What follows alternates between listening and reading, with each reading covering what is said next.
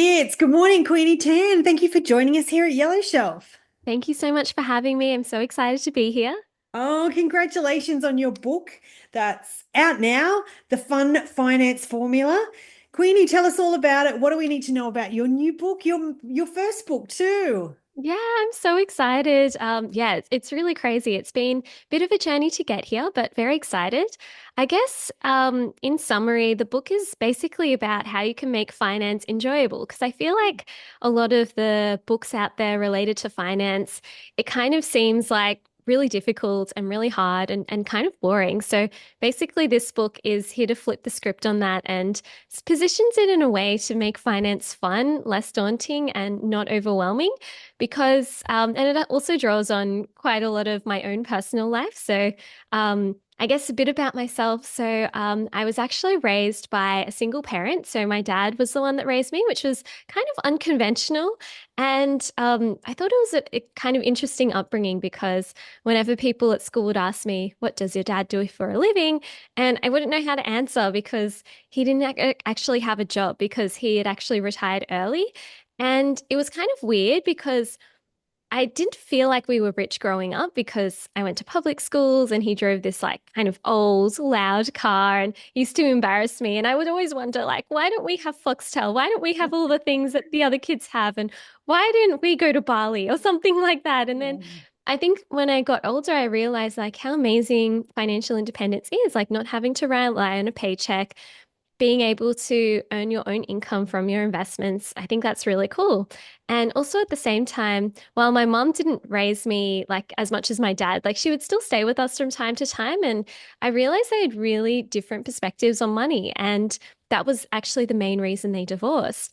And my mom's perspective on money was that, there's no point hoarding all of your money because like we're not going to live forever. So there's no point hoarding it all. Like, why not spend it on things that you enjoy? So whenever she would stay with us, she would put on the heating during winter to make sure we're all cozy. My dad would hate that because he was super frugal. And then, like, she would do these really long phone calls with her family. And back in the early 2000s, they were really expensive. And he would get upset at that. And I just didn't understand why they couldn't find a balance. And Yeah. then when I got older, I realized, like, oh my gosh, like there are two ways to kind of look at it. And I feel like both perspectives are valid and important. And I guess this book is more to help people kind of like with those two perspectives. So let's say, for example, if you're someone that, loves comfort and like wants to spend money on things that make life enjoyable and meaningful, like this book can help you because maybe if you don't find the process of saving money, building wealth like as enjoyable and like you just don't get it, this Yeah. book can help you find ways to make it fun and addictive in the best way and like kind of enjoyable. And on the other hand of the spectrum, like let's say if you're somebody who, loves saving money, building wealth, but maybe you feel bad about spending money on things that make your life meaningful and comfortable, this book can also help you kind of like it's okay to spend money on things that make you happy. And yeah, I guess that's what this book is about. And it's a really great balance too, because it made me think when you were sharing about your parents and your journey and your childhood. Um, yeah, like even our circumstances change where we might be able to do this and our money values might be this, but our circumstances have now shifted and we need to kind of shift this way and then we can shift back. So it's money's super interesting, and I think sometimes people bury their head in the sand about money, don't they? And they yeah, it's not an uncomfortable topic. And I think you do that so well, Queenie. Queenie, anyone who knows you knows that you have an enormous social presence. You share about your journey around money and you provide education and tips. Do you want to tell us about that and anything we need to know? Because I know you're a mum as well and you got lots of juggles. Yeah, I just became a mum last year, which has been an amazing journey and difficult, but also amazing and fun.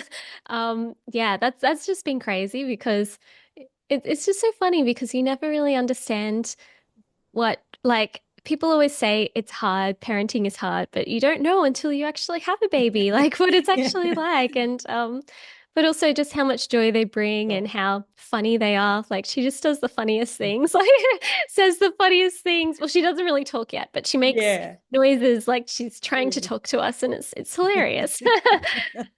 Yeah, and also my journey on social media has been crazy. I started posting on social media 5 years ago, and if you have a look at the videos that I was posting back then, they were so cringe. They were awful. And I think it really goes to show that you might not be able to achieve your dreams overnight. Like you Yeah. might not be, let's say, for example, if you do want to start your own social media and start building a brand, like the videos that you post will probably be a bit cringe. Like, let's be real. I mean, mine definitely were very cringe. Yeah.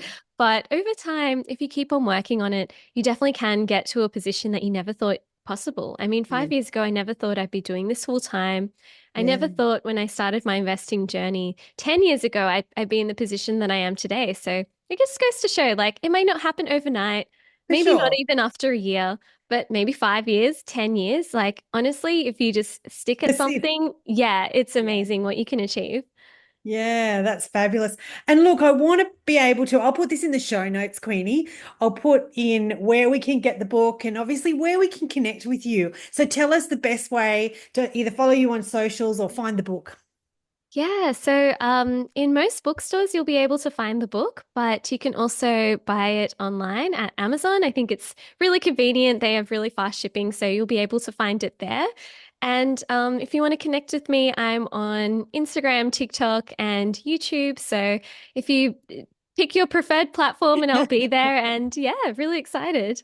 Awesome. Well, I would highly recommend people check you out because you do. I was sharing with you earlier how you make really informative content that I didn't even know I needed to know. Do you know? Or I hadn't. It's so good. So, congratulations on the book. Enjoy the book journey because launching a book is, a journey in itself. And thank you so much for joining us here at Yellow Shelf.